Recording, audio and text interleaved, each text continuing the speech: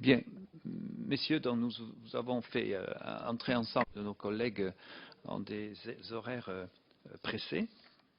Donc nous allons d'abord entendre le docteur Philippe de Chazourne, qui est médecin généraliste à La Réunion et membre du FORMINDEP, Association pour une formation professionnelle indépendante, qui est membre par ailleurs d'un certain nombre de comités auprès de la HAS notamment, en tant que représentant de l'URML de La Réunion. Alors nous demandons d'abord à nos intervenants les liens d'intérêt éventuels qui ont pu les unir à l'industrie. Bonjour Monsieur le député, bonjour Monsieur le rapporteur, bonjour Monsieur le Président. Je voulais faire quelques remerciements tout d'abord, parce que si je suis aussi ici aujourd'hui, je crois que c'est après une démarche de plus de 10 ans, en commençant par mon implication au niveau de l'ANDEM, puis de l'ANAES, puis de l'HAS avec le professeur Matillon. Je crois qu'il faut remercier aussi tous les gens qui sont considérés comme des donneurs ou des relayeurs d'alerte, que ce soit Réane Frachon, FORMINDEP, Foucras, Dupagne, etc. Et je crois que tout ça est le résultat de gens qui se sont impliqués depuis des années, un peu dans l'ombre. Alors au niveau de la déclaration de mes conflits d'intérêts, je ne dirais pas simplement comme certains le font, et on le voit dans les visionnages des vidéos, je n'ai pas de conflit d'intérêts, point barre. Non. Je crois que je n'ai pas de conflit d'intérêts, ni lien d'intérêt avec l'industrie de l'informatique, ni pour moi, ni pour les membres de ma famille, ni pour les quelques associations dont je suis le président, ni hier, ni ce jour, ni aujourd'hui, ni demain. Enfin, au moins je l'espère. J'ai jamais été financé pour faire un voyage ou un congrès, malgré les nombreuses sollicitations. Et quand je vais exceptionnellement dans un repas dans une formation offerte par l'industrie pharmaceutique, je paye mon repas. Alors évidemment, les gens ils disent il a une drôle de tête celui-là, comme dirait la chanson. Néanmoins, je le fais, je demande une facture. Et je ne reçois plus les visiteurs médicaux depuis plus de 10 ans, et je le regrette. Peut-être qu'on reviendra pourquoi je le regrette. Pour résumer, je n'ai aucun conflit d'intérêt. Aucune structure ne m'a payé mon voyage pour venir de La Réunion à ici, que pour vous d'ailleurs, ni mon hôtel de ce soir, ni mon absence du cabinet pendant quelques jours. Mais j'ai un conflit d'intérêt majeur. C'est celui de un jour l'espoir de consacrer plus de temps. Là-dessus, il y a une participation au titre de la commission, Monsieur le Chazournier, une participation qui est normale gentil, au titre des frais de déplacement de la commission. Je ne la demandais pas, voilà, parce que je voulais être aussi indépendant de l'Assemblée. Je vous l'ai dit, non. D'accord, c'est gentil. Si vous ne voulez pas avoir de lien d'intérêt, vous avez un lien d'intérêt avec l'Assemblée nationale, puisque vous avez un député. Bon. Donc, voilà, j'ai un conflit d'intérêt majeur, c'est ne plus perdre de temps pour expliquer des contre-vérités aux patients, ça nous plombe nos consultations, et ça c'est vraiment un conflit d'intérêt, et j'espère ne plus l'avoir après. Je crois que je suis là aujourd'hui, c'est pas tellement pour l'affaire Mediator, l'affaire Mediator n'est qu'une goutte d'eau qui fait déborder le vase de tout un tas de futures affaires, au moins je l'espère. Alors, je suis bien moins connu que l'ensemble des orateurs précédents, je me considère comme médecin de terrain, à l'île de la Réunion depuis plus de 20 ans. Je suis correspondant de la HAS depuis plus de 10 ans à la Réunion. Et j'ai participé de nombreuses fois sur les outils de l'évaluation des pratiques professionnelles, puisque c'est une des missions de l'ANDEM, puis de l'ANAES, puis de l'HAS. Et j'ai fait partie d'un certain nombre de comités de travail, des groupes de travaux, dans des réactions, notamment pour le HPV, et puis des groupes de lecture, notamment sur la charte de la visite médicale, il y a 5 ans que j'ai ici, et qui n'est que ni plus ni moins la validation d'un contenant sans aucune appréciation sur le contenu. Voilà ce que c'est que la charte de la visite médicale, donc tout le monde dit qu'elle est intéressante. En fait, il n'y a rien dedans si ce n'est un système une accumulation de processus qui en eux-mêmes sont évidemment valables.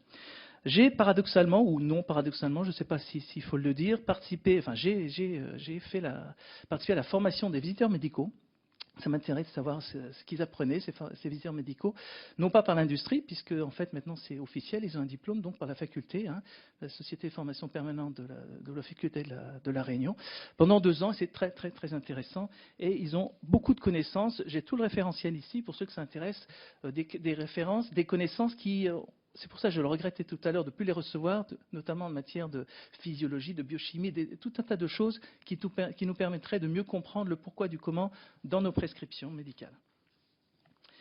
Alors, je suis président aussi d'une association, Médocéan, pour lequel on pourrait peut-être être, je suis mandaté aujourd'hui, mais si ce n'est que je viens vraiment à mon compte personnel, qui militons donc pour cette démarche qualité depuis plus de 10 ans. Je suis un élu Union régionale des médecins libéraux, maintenant URPS, hein, Union régionale des professionnels de santé, même si chez nous on a gardé l'URMEL comme sigle.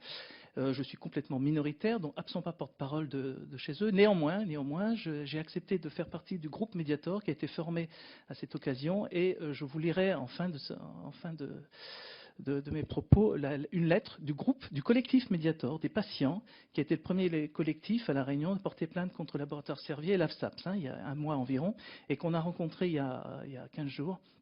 Et à qui j'ai demandé, si vous voulez, je lirai une petite lettre de leur part vous concernant.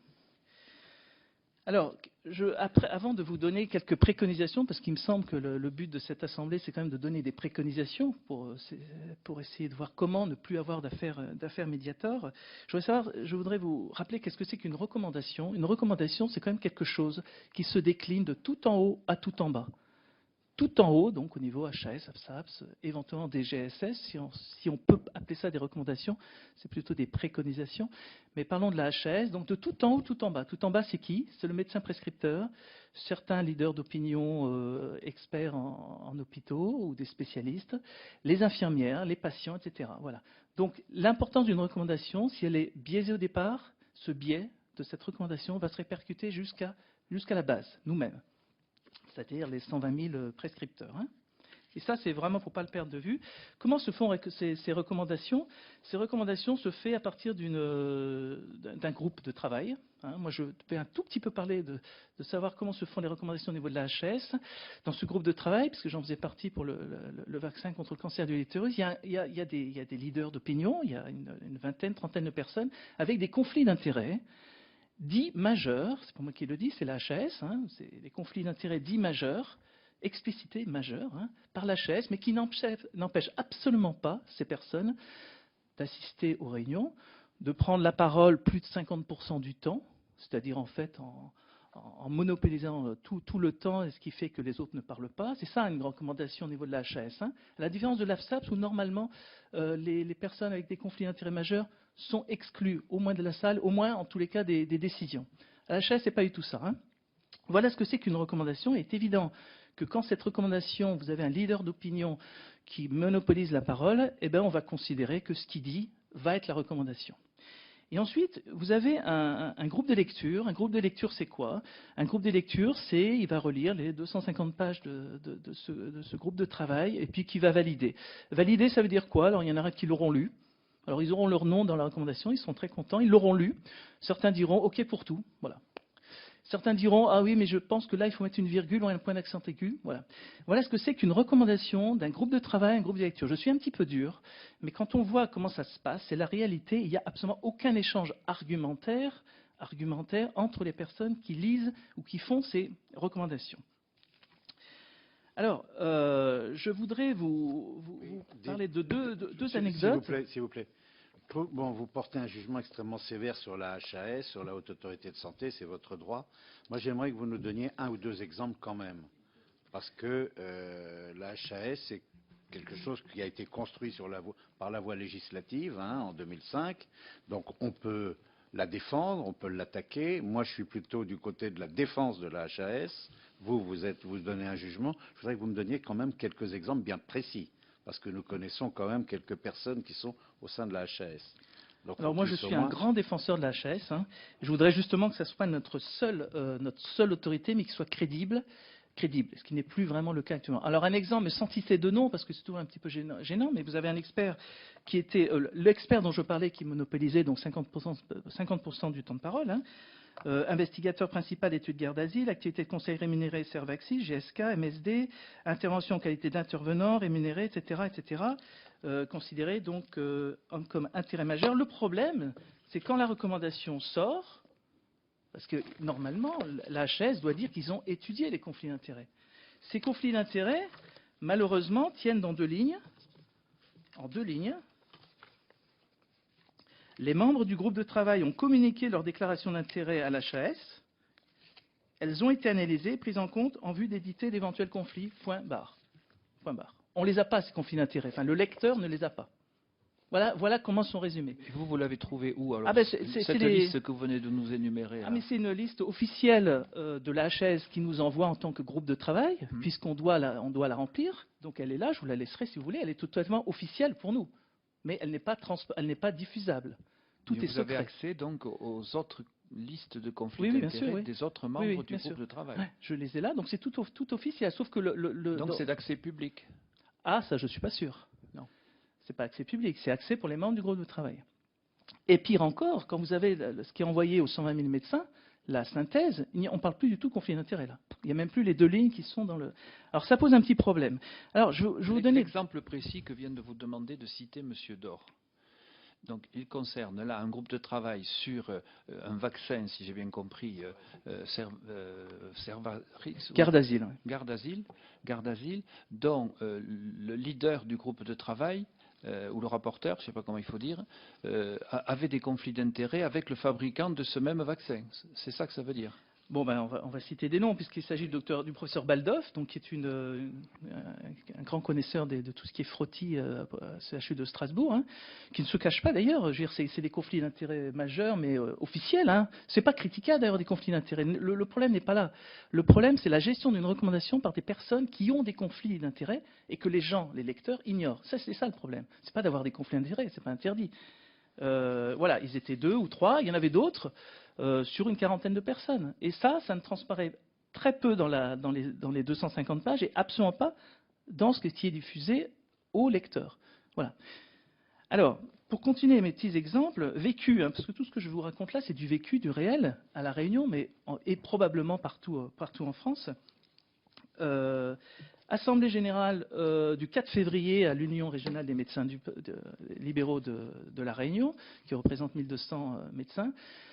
Alors, j'avais demandé, mais ce serait bien quand même surtout avec l'affaire du Mediator, qu'on essaie de prendre parti pour ou contre l'intrusion de l'industrie pharmaceutique dans nos financements. Certains membres souhaitent voir figurer dans le règlement intérieur la phrase suivante: l'Union régionale des médecins libéraux et soins indiens n'acceptera aucune aide financière de l'industrie pharmaceutique et des assurances privées. On passe au vote. Pour 9, abstention 0, contre 14. La motion est donc rejetée. Ça, c'est dramatique. C'est dramatique que les représentants nationaux, puisque qu'est-ce que c'est que les URMEL? C'est quand même le pendant des ARS maintenant. Hein. Les URMEL, c'est des représentants des syndicats. Donc quand on voit le rapport très étroit entre ces représentants et l'industrie pharmaceutique, qui ne veut même pas que les unions, alors qu'elles sont financées par l'ensemble des médecins de façon obligatoire, les unions régionales, hein, c'est pas on n'est pas à la recherche d'argent, on est plein d'argent. Eh bien non, on n'arrive pas à franchir le pas, on laisse de côté l'industrie pharmaceutique. C'est terrible parce que c'est révélateur de tout un tas de processus après. Alors, je donnais des cours, parce que j'en donne plus au 3e cycle de médecine générale. Pourquoi j'en donne plus? Parce que un jour, lors d'un cours sur la lecture critique, c'est intéressant la lecture critique, hein, sur la lecture critique, qu'est-ce qu'on voit à la pause? Eh bien, un laboratoire en plein après-midi qui proposait ses services gustatifs aux étudiants. Et on s'est dit, mais on va quand même demander l'avis du responsable national des enseignements du 3e cycle, hein, de Bordeaux, national. Hein, et on lui dit, mais ça ne pose pas un problème? Voilà sa réponse. C'était en 2008. Hein. Le but est de rester au plus près des besoins des apprenants et non de ceux des enseignants. De plus, je ne suis pas sûr que le thème des conflits d'intérêts puisse se traiter de façon didactique. Je suis donc très réservé sur ce thème qui me semble relever plus d'une démarche idéologique que pédagogique. Il n'y a aucune atteinte personnelle envers cet enseignant que je respecte, mais simplement, on voit qu'on est à 1000 lieues encore. Si la commission Mediator ne propose pas des préconisations pragmatiques, on est à 1000 lieues d'évoluer. On va discuter sur certains sujets, mais on n'évoluera pas. Ça, c'est par rapport aux futurs comme médecins. Hein. C'est eux qui vont être les prescripteurs de demain. Hein. Voilà, alors juste pour mémoire, vous allez vous tapez sur Google remplaçant Réunion, vous tombez sur le site Ipsen. Voilà. Si vous voulez avoir un remplaçant, alors pareil dans toutes les régions de France probablement, c'est toujours l'industrie pharmaceutique qui va vous dire tiens, il y a un médecin qui cherche un remplacement ou un remplaçant, ou voilà, tu peux remplacer quelque part, tu vas sur le site Ipsen, tout est là. Il n'y a pas d'autre site, hein, c'est le site. Alors évidemment, l'ordre s'en occupe un petit peu. Mais Google, vous le ferez, parce que je l'ai fait moi-même. Comment voulez-vous que des syndicats nationaux pratiquement tous, sauf celui qu'on a créé à La Réunion, puisqu'on a mis dans nos statuts, Union Généraliste Réunion, indépendance financière totale. On est peut-être le seul syndicat en France à l'avoir fait. Comment voulez-vous que les syndicats, qui sont quand même au premier rang lors des conventions, enfin des dialogues avec le ministère, etc., les discussions, financent leurs journaux avec des publicités comme ça. Alors, en plus, comme par hasard, c'est Servier.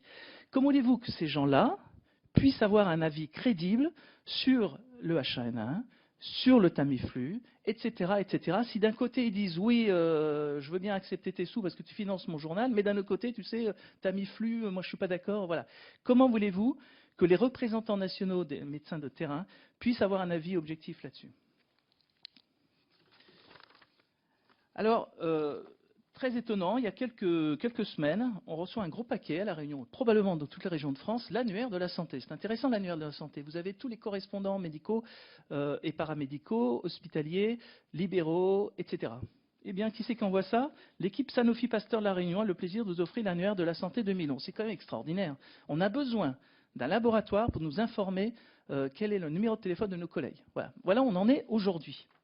Alors, sans parler des éditeurs. Là, ce n'était pas Sanofi qui imprimait, il l'offrait. Donc, vous auriez pu vous le procurer par ailleurs. Non. C'est une enveloppe Kraft où c'est marqué Sanofi. L'ouvrage lui-même. Ah, je ne sais pas comment on peut le procurer. C'est pas l'ouvrage de Sanofi.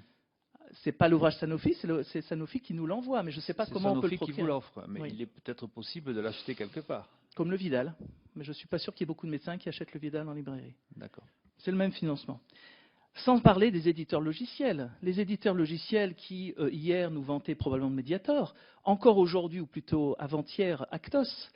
Les éditeurs logiciels, quand vous ouvrez une fiche patient, qu'est-ce qu'ils vous disent? Vaccinez vos jeunes filles, donnez-leur de Lactose. Moi, ce que je voudrais, c'est ça, les éditeurs de logiciels. Ce que je voudrais, c'est me dire, mais attention, cette personne est diabétique, vous avez oublié de lui faire son hémoglobine glyquée depuis 4 mois.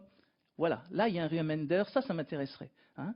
Et pour l'histoire de Lactose, c'est extraordinaire. Moi, il y a peu de temps, parce que je me dis, si on prescrit des glitazones, donc Lactose, qui est responsable de la prescription? Qui? Donc, j'ai fait un courrier à propos d'un patient qui était sous Actos par son diabétologue. J'ai fait ce courrier. Moi, je ne donne plus Actos. Je vous laisse la responsabilité de prescrire. Elle m'a envoyé un courrier que j'ai ici. Elle m'a dit, Lactose, rien ne prouve que c'est mauvais. C'était il y a 10 jours, ça, hein, c'est pas il y a 5 ans. Rien ne prouve que c'est mauvais. La personne semble mieux avec Lactose, donc je prends la responsabilité sur moi.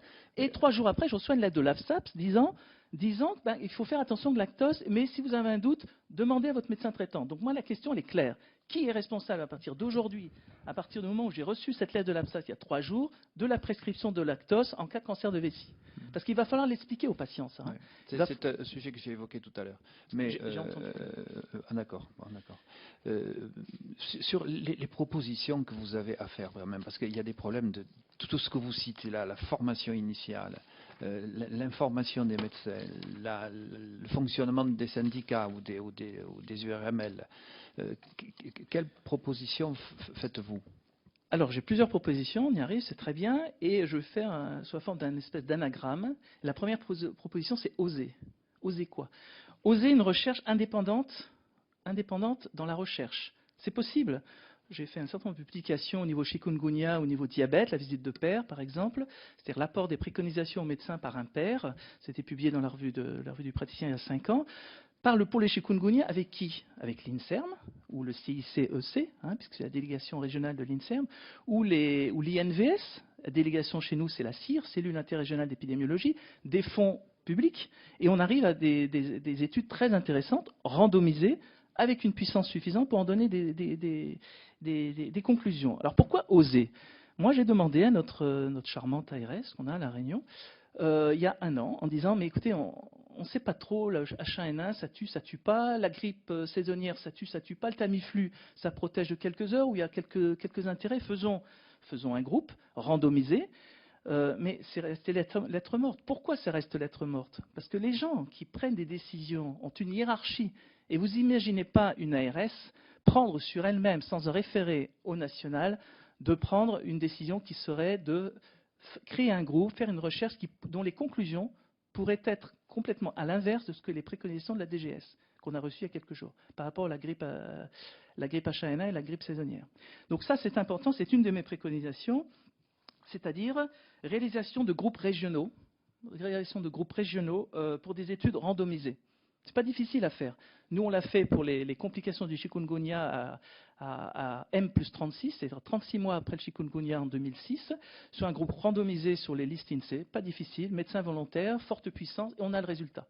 Voilà, c'est pas compliqué. Il suffit d'avoir dans chaque région de France quelque chose de très réactif. La méthodologie, elle est facile à faire. On a dans chaque région de France des méthodologistes. On peut le faire. Voilà des choses dont le résultat pourrait être très rapide en cas d'alerte ou même de façon générale. N comme notifié. Le gros problème, et vous en parliez dans les auditions précédentes, c'est la notification. Notification spontanée, je ne sais pas ce que c'est. Je ne sais pas ce que c'est, personne ne sait ce que c'est. J'ai regardé sur Internet, sur une espèce de gros dossier, évidemment irremplissable. Pourquoi pas utiliser quand même un outil? Alors évidemment, les gens seront morts, mais au moins le certificat de décès. Le certificat de décès, vous mettez une case, le médecin dit suspicion peut-être d'un rapport entre une pathologie. Voilà, on remplit la case, c'est traité par l'INSEE, et puis voilà, quitte ensuite charge aux organismes responsables de faire un petit interrogatoire et de faire son enquête. Ça, c'est une notification spontanée qui pourrait être très facilement faite. Évidemment, ça intervient après le décès, mais on pourrait très bien envisager d'autres choses en pré-mortem. Ça, c'était donc la notification. C'est comme certifié. Pourquoi je dis c'est comme certifié? Parce que quand j'étais à l'ANAS, alors à l'HS, ils l'ont un petit peu abandonné, il y avait ce qu'on appelait des conférences de consensus quand même. Conférences de consensus, c'est une espèce de tribunal avec les pour et les contre. On a parlé pendant des années du traitement substitutif hormonal, les pour, les contre, on ne savait pas.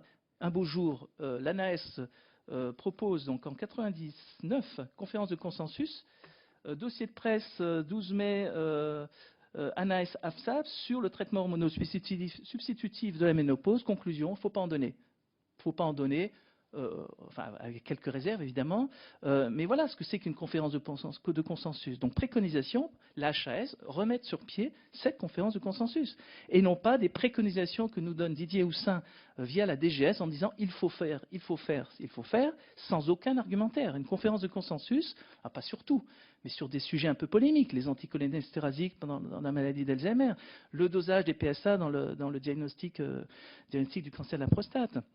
Le vaccin contre le cancer du col de l'utérus qui est particulièrement polémique, les médicaments, les statines, enfin tout un tas de choses qui mériteraient au moins des avis opposés, et au moins que les lecteurs, en l'occurrence les médecins, sachent sur quel pied danser. Parce que certains orateurs disaient oui, les médecins doivent se renseigner et puis faire du 2.0, etc. Mais moi je suis désolé, je n'ai pas fait médecine pour faire du 2.0.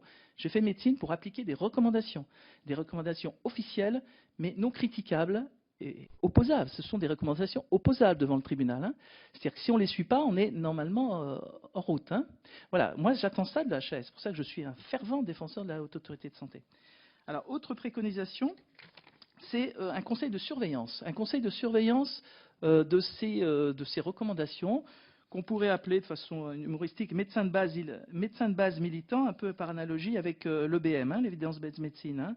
Ce seraient des groupes d'experts qui pourraient tourner sur l'ensemble de la France, qui seraient indépendants, évidemment, choisis pourquoi pas par la HAS hein, ou par une autre structure, formés, rémunérés, assermentés, médicaux, mais pas que médicaux, paramédicaux, et aussi, je crois qu'on a vraiment besoin parfois de mathématiciens, parce que ce sont des gens qui utilisent l'outil informatique et statistique qui parfois nous disent « Mais attendez, vous marchez sur la tête avec vos trucs là. Il suffit de lire le tableau. » Mais nous, on ne sait pas lire le tableau.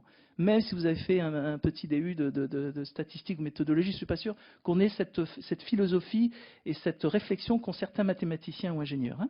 Voilà, donc groupe de surveillance qui permet de faire, pourquoi pas, des études de mortalité. C'est ça l'étude qui est intéressante. Hein, alors, les études cas témoins, quand on peut le faire, mais les études mortalité fait partie des outils de référence quand on veut chercher quelque chose, une cause à un effet. Hein.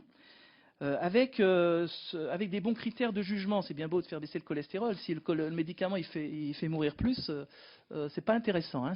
Choisir les bons critères de jugement. Alors, et puis, autre préconisation, pourquoi pas appeler quelque chose qui pourrait s'appeler le BSP, le rapport bénéfice en santé publique sur les risques en termes de santé publique. Bien au-delà des SMR ou des SMR, le BSP, c'est-à-dire qu'en fait, quand on met le parallélisme, pour le vaccin contre le col de l'utérus, on va vous dire mais c'est un SMR qui est correct par rapport à ce qu'il y a.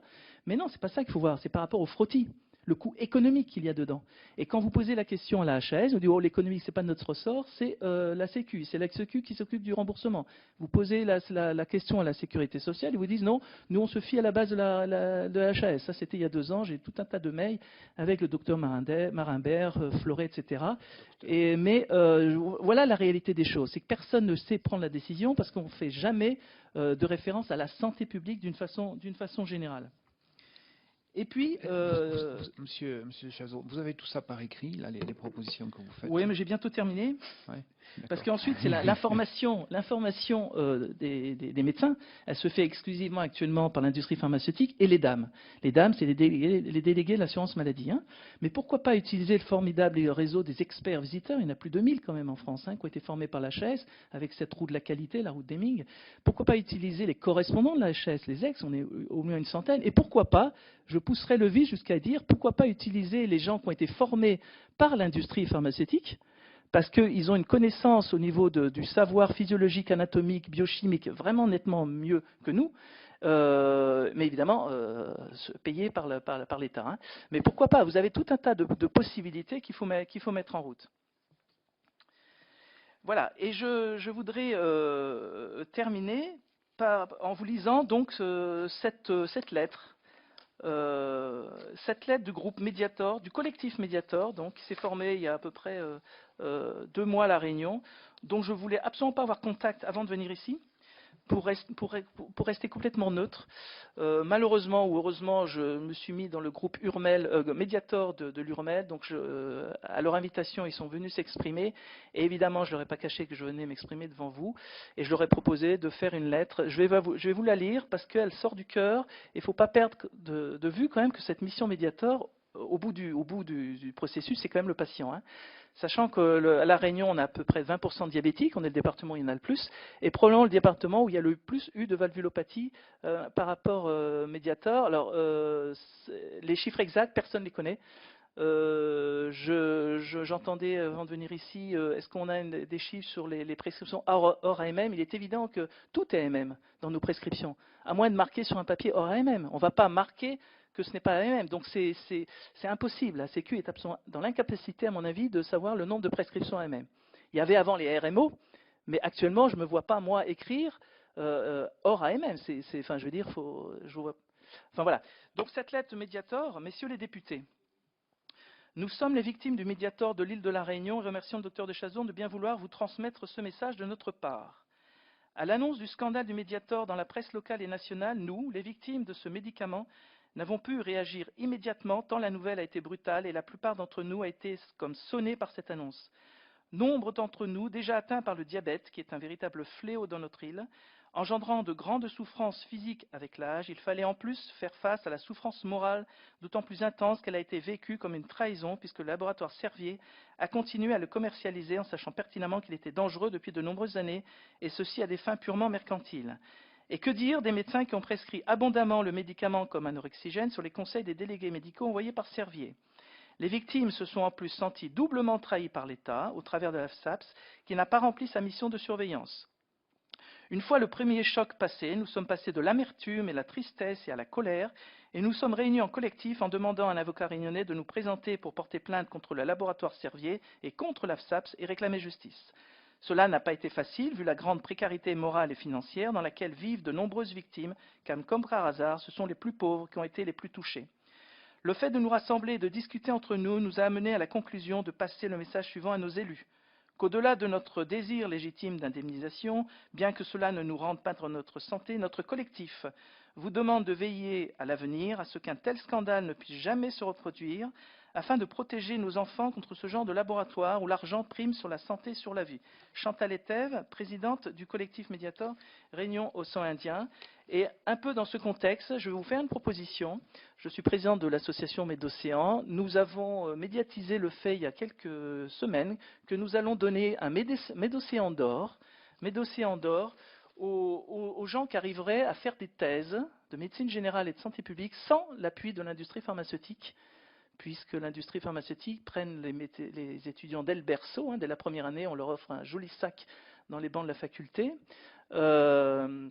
Et la question que je vous pose, parce que je pense qu'il faut marquer avec des choses fortes cette affaire Mediator, est-ce que l'Assemblée nationale pourrait mettre son sceau sur un éventuel prix de thèse délivré par les universités pour montrer quand même ce désir d'indépendance et surtout ce désir de changement, parce que je crains que sinon, tout ce qu'on dit, tout ce que disent les orateurs précédents soit un petit peu mis à la corbeille. Merci. D'accord, merci. On transmettra votre souhait au président de la Commission et puis au président de l'Assemblée nationale. Hein. J'avais une question sur la lettre. Hein. Elle dit que dire des médecins qui ont prescrit abondamment le médicament comme un oxygène sur les conseils des délégués médicaux envoyés par Servier. Si vous avez des témoignages et des preuves, parce que pour le moment, ce genre de preuves n'existe pas à ma connaissance en tout cas. Hein. Il y a des assertions, il y a des plausibilités, mais ce serait intéressant s'il y avait des témoignages concrets qui nous parviennent. Monsieur Malo. Oui, juste une phrase, Monsieur le Président. Je suis vraiment désolé, je vais devoir vous quitter, mais je veux rebondir sur ce que vous dites, puisque lorsque nous avons interrogé et auditionné, dit-on, sur la formule consacrée du laboratoire Servier ici même, ils ont affirmé qu'ils avaient donné instruction à leurs visiteurs médicaux de détromper tous les médecins qui prescrivaient à tort le Mediator comme un anoxygène, puisque le médicament, selon eux, n'est absolument pas un coupe-faim. Donc ça va au-delà de ce qui est affirmé dans cette lettre, puisque le laboratoire Servier affirme qu'il disait exactement le contraire. Donc si vous avez des éléments, je rebondis sur ce que dit Gérard Bapt, si vous avez des éléments qui confortent l'affirmation qui est dans ce courrier, nous en sommes évidemment preneurs. Et je me tourne vers le Président pour poser une autre question en réalité à la suite de l'audition de Servier, excusez-moi, lorsque nous l'avons interrogé sur l'argent. C'est moi qui ai posé la question sur le montant des crédits que le laboratoire Servier consacre chaque année à la formation des professionnels de santé, des médecins en particulier. Je leur ai demandé une évaluation, une estimation de ce montant annuel consacré par le laboratoire à cela, puisque d'après moi cet argent devrait être versé sous forme d'impôt, de façon à ce que la collectivité publique ensuite finance la formation des médecins. C'est une définition de l'impôt qui me paraît tout à fait convenable. Le laboratoire Servier s'est engagé à nous donner cette information. Je ne suis pas sûr que nous l'ayons reçue. Et comme je suis assez tenace, je pense qu'il serait bon de rappeler au laboratoire Servier cette proposition, cet engagement qu'ils ont pris à notre égard, de nous donner ces éléments chiffrés pour alimenter nos réflexions et nos conclusions. D'accord, on le rappellera. Bien. Oui. Petite précision concernant la lettre. Donc évidemment, on n'a aucun chiffre, ce que vous nous demandez, mais il y a un gros problème, et je pense que c'est la même chose en métropole, c'est que pour porter plainte contre Servier ou l'AFSAPS, les patients ont besoin du dossier médical. Et il y a quasiment un refus total des médecins de délivrer le dossier médical. Alors je ne sais pas pourquoi. C'est illégal, ça. C'est illégal, mais je ne sais pas comment faire. On leur a conseillé peut-être de voir avec l'ordre des médecins. Néanmoins, il n'y a pas de plainte, il n'y a pas de dossier. Alors attendez, monsieur, l'ordre des médecins a répondu, et en disant que le dossier médical devait être donné automatiquement. Donc il n'y a aucune arrière-pensée. Voilà. Non, moi, vous m'étonnez quand même un petit peu. Je vais vous mettre ça hors rapport. Je suis issu de 3 générations de médecins. Tout le monde a aimé ce métier. Je crois l'avoir fait correctement pendant 40 ans. Vous avez un jugement sur la médecine qui me fait peur, qui m'inquiète beaucoup. Et je ne suis pas du tout en phase avec tout ce que vous avez dit. Parce que vous avez montré une médecine qui est complètement à la limite, qui pourrait presque s'orienter vers la fonctionnalisation, au mauvais mot du terme, de la médecine, et ce serait très dangereux. Donc moi, je suis très inquiet de tout ce que vous avez dit. Mais c'est peut-être l'apanage de l'âge. Hein. Vous êtes beaucoup plus jeune, donc vous avez le droit d'avoir ce jugement. Bien, bon, on va pas prolonger ces échanges. Moi, j'ai trouvé quelques propositions intéressantes, ce d'autant plus que, en ce qui concerne la médecine de premier recours, donc libérale, elle rejoint une des dimensions de la définition qui a été donnée par la loi HPST, de la médecine de premier recours, qui doit participer, y compris à la recherche, en matière de santé publique, donner un contenu de santé publique à la médecine de premier recours.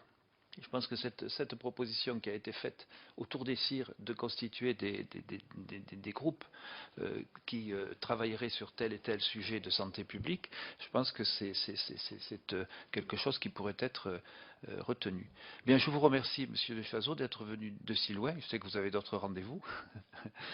Et je vais donc...